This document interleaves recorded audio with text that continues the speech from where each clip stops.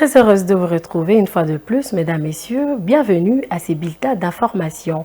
Faire confiance à la Poste et aux opérateurs agréés, c'est l'appel du ministre de Poste, Télécommunications et Nouvelles Technologies de l'Information et de la Communication, Augustin Kibassa, à la population congolaise à l'occasion de la Journée mondiale de la Poste célébrée le 9 octobre 2023. On l'écoute. Je rends un vibrant hommage aux postiers du monde entier et particulièrement aux hommes et aux femmes de notre pays, la République démocratique du Congo, qui s'adonne avec passion sur l'ensemble du territoire national à ce métier noble de contact et d'échange physique avec les citoyens. La Poste est donc cette vieille tradition qui traverse les siècles et qui s'arrime avec l'évolution de la société dans le rapprochement des communautés et des peuples. Unis pour la confiance et donc cet appel de l'Union postale universelle à l'exhortation des différents prestataires des services postaux de garantir à chacun où il se trouve à partir du bureau de poste de proximité l'accès aux services de commerce électronique, de cyber-administration, de l'économie numérique au moyen des outils et technologies modernes à des coûts abordables. La confiance dans la traçabilité des envois, la confiance dans la sécurité, la confiance dans les échanges d'informations entre services postaux et le leitmotiv au centre de la réflexion de la Poste de cette année.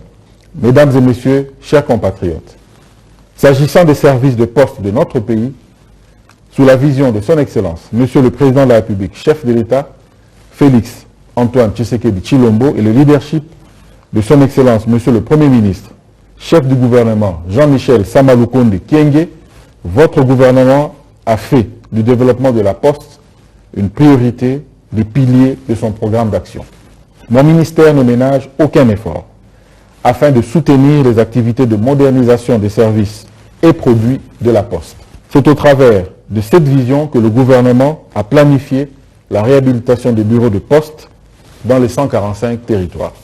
L'accompagnement de la société congolaise des postes et télécommunications, SCPT en sigle, a permis l'opérationnalisation des services innovants tels que le e-commerce à travers la Post Market, une plateforme numérique de vente et achat de divers articles en ligne. L'Agence congolaise de la transition écologique et du développement durable, ACTEG en sigle, en collaboration avec la commune de Ngaba, a organisé le week-end dernier une conférence de presse dans le but de sensibiliser les Kinois sur la bonne gestion écologique. Le projet va s'étendre sur toutes les 24 communes de la ville-province de Kinshasa. Rose Kindela nous en parle.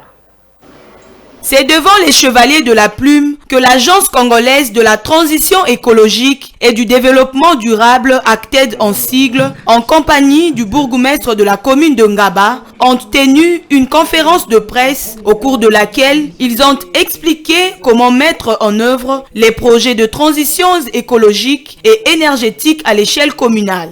Durant la conférence de presse, les questions liées à la position de la République démocratique comme pays solution à la transition énergétique ont fait l'objet d'un débat. La transition énergétique, en gros, c'est le déploiement massif ou le développement d'une société avec des énergies propres, renouvelables.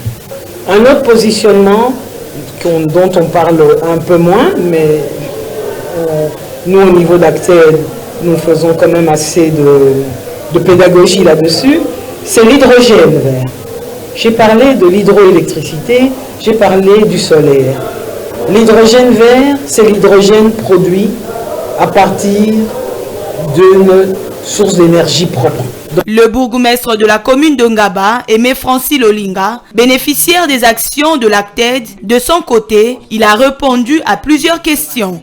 Le partenariat consiste justement à rendre cette commune verte, c'est-à-dire qu'il faut d'abord reboiser la commune, qu'on puisse remettre de la verdure dans cette commune où il n'y a plus rien.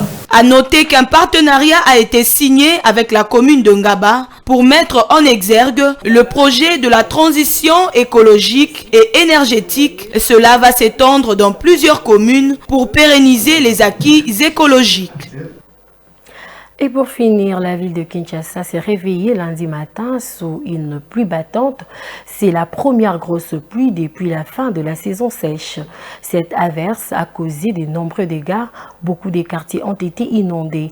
Des inondations qui ont perturbé la circulation dans certains coins de la ville, province de Kinshasa.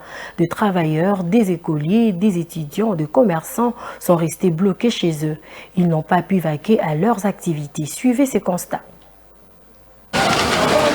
Après la pluie vient le beau temps, dit-on, mais cet adage populaire ne s'applique pas toujours à la ville de Kinshasa. Dès qu'il pleut abondamment, les rivières sortent de leur lit, les caniveaux mal curés peinent à drainer les eaux des pluies. Conséquence, certains quartiers se retrouvent inondés. L'impraticabilité de la route Elenguessa, Madame Bibi n'y a pas échappé. Elle s'est rendue au marché pour faire ses achats. À cause des inondations, elle devait chercher où passer. Elle n'est pas la seule dans cette situation. D'autres habitants ont vécu ces calvaires, y compris ces enfants qui ne sont pas allés à l'école.